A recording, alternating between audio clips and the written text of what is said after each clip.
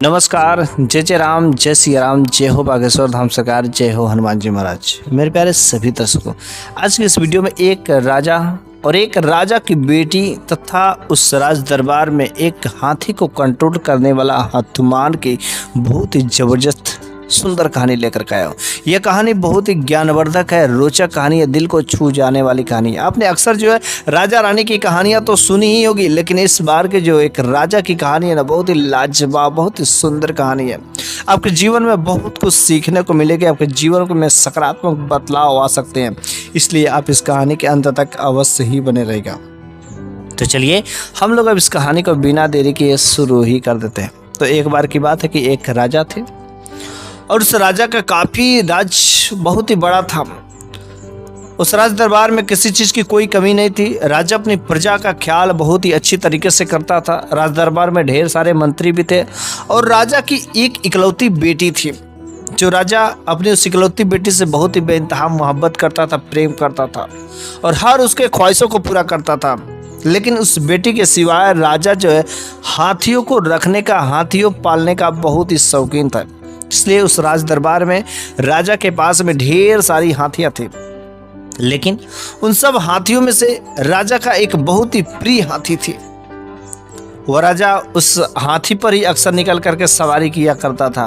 राजा की बेटी चाहे जो भी हो, अक्सर जो उसी हाथी पर जो है सवारी करके लोग भ्रमण करने जाया करते थे। लेकिन एक बार गजब की बात तब हो जाती है कि जो राजा का हाथी रहता है, उस हाथी का दिमाग की स्थिति खराब हो जाती है।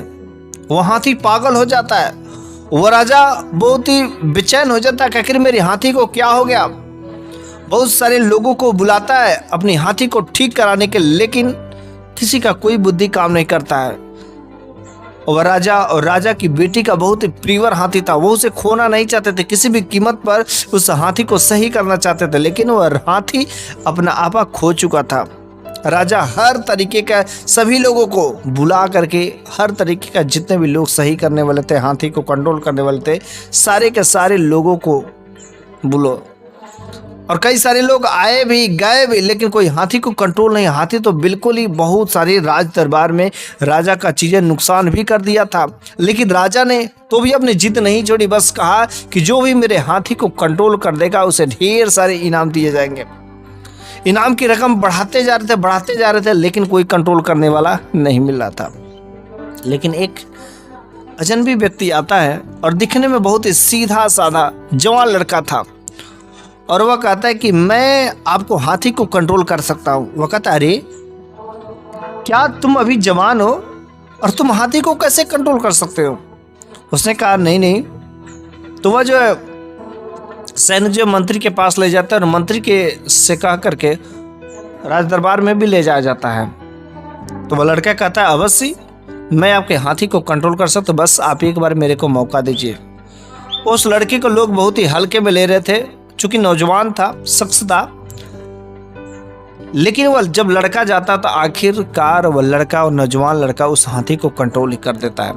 हाथी को कंट्रोल करने के बाद राजा साहब बड़ी ही हैरान हुए कि एक नौजवान लड़का जो इतनी कम उम्र में इतना अच्छा इसके पास हुनर है कि यह हाथियों को कंट्रोल कर दिया है। इतने लोग आए गए और कोई ना कर पाया, और ये नौजवान लड़का। राजा बहुत ही प्रसन्न हुए, बहुत ही खुश हुए। तो राजा साहब ने उस लड़के को दरबार में बुलाया और कहा कि तुमने मेरे हाथी को कंट्रोल कर दिया, इसके बदले में बोलो तुम्हें क्या चाहिए, मुंह मांगी रकम मैं तुम्हें दूंगा, जो तुम मांग लो। उसने कहा कि राजा साहब मुझे कुछ चाहिए नहीं, मैं इधर उधर भटकता रहता हूँ, घूमता रहता हूँ, मेरे को कोई काम धाम नहीं है। बस आप जो है अपने महल में, अपने दरबार में बस मेरे को जो है कोई छोटा मोटा काम दे दीजिए। उसने कहा कोई छोटा मोटा काम नहीं, मेरे पास ढेर सारी हाथियाँ हैं और आज से मैं तुम्हें पूरा का पूरा जो हाथियाँ रहती, हाथियों का कंट्रोल करने वाला मैं मालिक बना देता हूँ, हाथियों को मालिक, ताकि किसी प्रकार की कोई दिक्कत होती है तो बस आज के बाद हाथियों की रेख देख तुम्हारी ही रहेगी, और उसके बाद किसी भी चीज़ की कोई दिक्कत होगी तो तुम हमसे बोलना। तो उसने कहा राजा साहब ये तो ठीक है, लेकिन उसके बदले जो आपकी इनाम वाली रकम थी उसके बदले में मैं आपसे समय आने पर मैं मांग लूँगा, क्योंकि अभी तो मेरे को कोई खास चीज़ की ज़रूरत नहीं, लेकिन जब समय आएगा तो मैं मांग लूँगा। राजा साहब ने कहा ठीक है, अब वह लड़का वह हाथियों की सेवा करता, हाथियों को खिलाता पिलाता, अलग अलग तरीके से। सारी के सारी हाथियाँ जो है उससे बहुत ही प्रेम करती थी, बहुत ही एक इशारे पे हर तरीके से हाथियों को ट्रेंड करता था।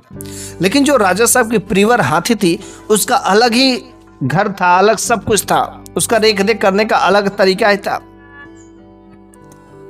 लेकिन एक बार राजा साहब अपनी बेटी के साथ में उस हाथी पर सवार होकर के भ्रमण करने जा रहे थे। तो इस लड़की की नजर जो है राजा साहब पर पड़ी, तो राजा साहब के बगल में उनकी बेटी भी बैठी हुई थी। और जैसे ही राजा साहब ने उस बेटी को कहा कि देखो बेटी, ये लड़का है जो बहुत ही नौजवान है और बहुत ही अच्छा है, और यह पूरा का पूरा हाथियों को कंट्रोल करता है। लेकिन वह रानी जब उस लड़के को देखती है तो वह लड़का जो है हाथियों को सेवा पानी करने में मगन रहता, व्यस्त रहता, उसको देख नहीं पाती है। लेकिन वह लड़का उस राजा की बेटी को देख लिया रहता है। और जैसे ही उस लड़के ने राजा की बेटी को देखा था, वास्तव में उसकी खूबसूरती का दीवाना हो गया था। उसके दिल में चैन नहीं आ रहा था। वो सोच रहा था कि अगर राजा की बेटी अगर मेरे से मिल जाती तो कितना अच्छा रहता। वह मन ही मन ख्वाहिशें हो गया, मन ही मन उस राजा की बेटी राजकुमारी से प्रेम करने लगता है। अब तो वह राजा की बेटी को छुप छुप के पीछा करने लगा। वह जिधर को जाती वहां पर वह जाता, लेकिन वह राजा की बेटी इसको कभी केयर नहीं करती थी। वह तो उसे उस दिन राजा साहब ने देखा है लेकिन देख नहीं पाए, नहीं पहचानते थे। बस यह लड़का उनका छुप छुप करके पीछा करता था, देखता था, ताकि आखिर राजा की बेटी जो राजकुमारी क्या क्या करती है, कैसे करती, वह उनके कोमल अंगों को जब देखता, हाथ को पाँव को देख कर को वार क्या गजब के मोहित हो जाता था, उनकी सुंदरता का दीवाना हो जाता था। वह लड़का भी कोई नौजवान था, सीधा साधा था, और वाकई वो भी हैंडसम था, खूबसूरत भी था। लेकिन वह जो हथवान था, जो हाथियों को कंट्रोल करने वाला नौजवान लड़का था, यह बात जो वहाँ पर काम कर रहे कुछ लोगों से कहता है कि देखो, मेरे को राजकुमारी से प्रेम हो गया है, मैं राजकुमारी को दिल ही दिल बहुत ही पसंद करता हूँ, मुझे बहुत ही अच्छी लगती है। अगर वह मेरे को मिल जाती तो मज़ा आ जाता। वैसे मैं तो अब जिद कर ही लिया हूँ कि मैं जीऊँगा तो उन्हीं के लिए, मरूंगा तो उन्हीं के लिए। बस मेरे को किसी भी तरीके से मेरे को बस उस राजकुमारी से शादी करना है। बाकी सारे जो भी काम कर रहे थे कर्मचारी भी बोलते, अरे तुम क्या बात करे, सोच रहे, और राजा की बेटी राजकुमारी से विवाह करने को सोच रहे। अरे जब राजा साहब को पता चलेगा तो तुम्हें जिंदा जला देगा, भट्टी में झुकवा देगा, और इसके सजाए तुम्हें मौत मिलेगी। ये तुम क्या सोच रहे हो? उसने कहा भले ही मर जाएंगे, लेकिन एक बार तो अपना इजहार जो उस राजकुमारी से करेंगे ही करेंगे। वह बेचारा सोचता है कि आखिर कैसे राजकुमारी से मिले, किसी तरीके से अगर मिल जाते तो बस हम अपनी बात जो कह देते। उसके दिमाग में खुरपाती विचार आता है कि जब राजकुमारी जी उस हाथी पर सवार होकर के जब कहीं भ्रमण करने के लिए निकलूंगी तभी मैं कुछ उपाय करूंगा। और एक बार राजकुमारी का प्लान बनता ही है भ्रमण करने के लिए, घूमने के लिए, सैरों करने के लिए। तो जिस रास्ते से वह हाथी जा रहा होता, उसी रास्ते में वह लड़के ने कांटे बिछा दिए ताकि जिससे हाथी के पैर में कांटे चुभ जाएंगे, और बस मैं ही वहाँ पर सहारा देने के लिए आऊँगा।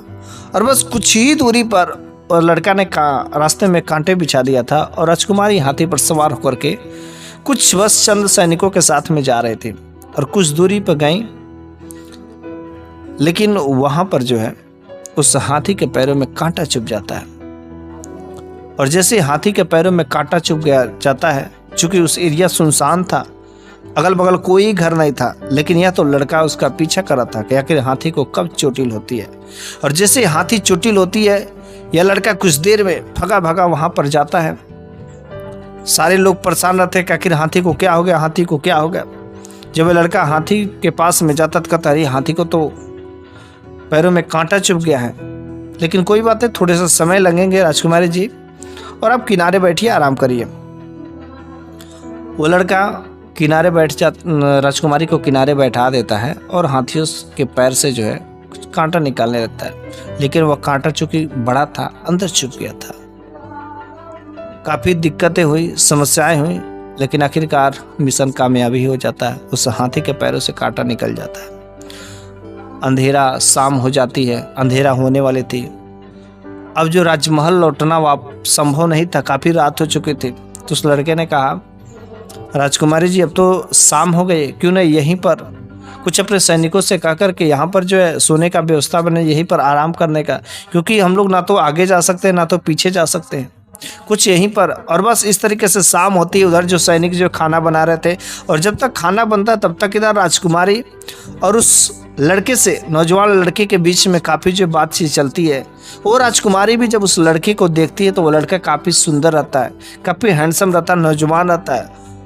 उसकी जो बातें करता है वो सारे के सारे बातें जो उस राजकुमारी को एक एक करके बहुत ही अच्छी लगती जाती है, और वह बातों बातों में उसकी खो जाती है। वो तो लड़का अपने दिल की बात कहता ही था, लेकिन वो राजकुमारी भी उसकी बातों का फैन हो जाती है, और बातों बातों में आंखों आंखों में इशारे हो जाते हैं, और बस उस राजकुमारी को भी उस लड़के से मोहब्बत हो जाती है।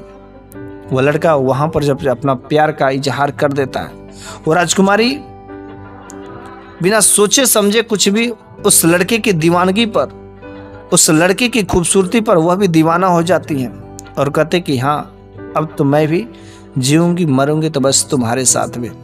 और बस उस रात वो राजकुमारी के साथ में वहाँ पर उस जंगल में, उस जगह पर जो है समय बिताता है, रात बिताता है।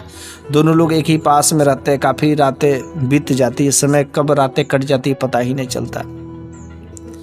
सुबह होती है तो वो लड़का कहता है कि राजकुमारी जी, मैं तो बस आपसे इतना बेइंतहा मोहब्बत करता हूँ, प्रेम करता हूँ, आपके लिए भले ही मैं मर क्यों ना जाऊँ, लेकिन बस आप मेरे से विवाह कर लीजिए। वो राजकुमारी उस लड़के की दीवानगी देख करके फिदा हो जाती है। वो कहती कि शायद मेरे को इतना अच्छा तो कोई मिलेगा नहीं। दिखने से तो ऐसा लग रहा था कि वह लड़का जो कोई शहजादा होगा, कोई राजकुमार होगा, लेकिन जब उस राजकुमारी ने पूछा अगर क्या किसी नगर के, किसी राज्य के, क्या तुम शहजादे हो, उसने कहा नहीं नहीं, मैं तो कोई शहजादा नहीं, मैं तो आपके दरबार में, आपके महल में हाथियों का सेवा करता हूँ, और जो नया लड़का आया शायद आपको पता भी चला होगा। तो उसने कहा हाँ मेरे पिताजी तो मेरे को दिखाया था, लेकिन मेरे को नहीं पता था कि तुम ही, और तुम्हारी तो बहुत चर्चा होती है। और वह जो है राजकुमारी भी उस लड़के का दीवाना हो जाती है। फिर से लोग अपने महल में चले जाते हैं, लेकिन राजकुमारी कहती कि अगर देखो तुम मुझसे शादी करना चाहते हो तो यह बात तुम्हें मेरे पापा से, मेरे पिताजी से कहना ही पड़ेगा। वो लड़का कहता है क्या बात कर रही है? अरे ऐसा सैनिक कहते हैं कि अगर यह बात जो है राजा साहब को पता चलेगा, तुम गुलाम हो, तुम नौकर हो, और राजा की बेटी से शादी करने को तो मेरे को तो भट्टी में झुकवा देंगे।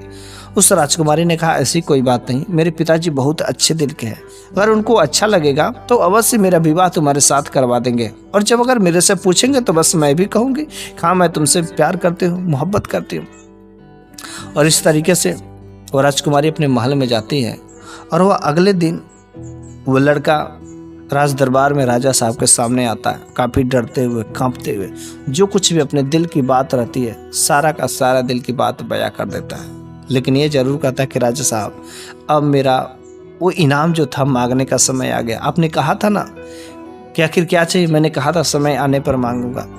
उस लड़के ने कहा राजा साहब मेरा इनाम बस यही है कि आप मेरा विवाह जो है अपनी बेटी उस राजकुमारी से करा दीजिए। मैं आपकी बेटी उस राजकुमारी से बहुत ही बेइंतहा मोहब्बत करता हूँ, मैं तो उनका दीवाना हो चुका हूँ। राजा साहब ने जैसे ही यह बात सुनी कि यह एक नौकर है और इस नौकर की इतनी औकात है कि मेरी बेटी से शादी करेगा, उस राजा ने कहा अरे तुम अपने बारे में सोचते हो?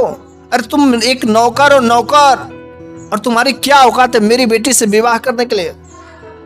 उस लड़का ने कहा राजा साहब शायद आपको पता नहीं कि आप अपनी बातों से मुकर रहे हैं, लेकिन मैं आपको बता देना चाहता हूँ कि मैं ही नहीं बल्कि राजकुमारी भी मुझसे बहुत बेइंतहा मोहब्बत करती, प्रेम करती है, और हमने दोनों तो एक रात पास में रह करके गुजार भी लिया, समय भी व्यतीत कर दिया है, और शायद आपको पता नहीं है कि इसका अंजाम क्या होता है। राजा साहब को जैसे यह बात पता चलती है बहुत ही गुस्सा आता है, और वह राजा साहब अपनी बेटी को बुलाते हैं। जब राजा साहब उस बेटी को बुलाते हैं तो कहते क्या बेटी तुम भी इस लड़के से प्रेम करती हो? तो उस राजकुमारी ने कहा जी पिताजी, मैं भी इस लड़के से बहुत ही बेइंतहा मोहब्बत करती, चाहती हूँ, प्यार करती हूँ, और मैं इसके साथ ही शादी करूँगी चाहे कुछ भी हो जाए। वो राजा साहब कहते कि चल। जब बेटी तू मेरी इकलौती बेटी है, जब तू भी यही चाहती है और मैंने तुझको वचन भी दिया था इनाम वाला, लेकिन आज मैं जो तुम्हारी शादी इसके साथ कर दूंगा। कोई बात नहीं, इस लड़के में हुनर भी है, नौजवान भी, अच्छा भी है। और वह राजा जो थके हारे जो अपनी बेटी की शादी इस तरीके से उस जो लड़के के साथ में कर देता है। और शादी होने के बाद यह कहानी यहीं पर समाप्त हो जाती है। मेरे प्यारे सभी दर्शकों, आज की यह कहानी आपको कैसी लगी है? यदि ये कहानी अच्छी लगी हो तो प्लीज़ कमेंट बॉक्स में आप अपनी राय ज़रूर दीजिएगा। लेकिन मैं आप लोगों से एक बात कहना चाहता हूँ कि डर के आगे हमेशा जीत होना चाहिए। कभी भी हमें डर करके कोई काम छोड़ना नहीं चाहिए। अगर डर करके कुछ काम को छोड़ देंगे तो कुछ भी नहीं हो पाता। इसलिए हमेशा निडर होकर के कोई भी काम करने का फैसला करना चाहिए।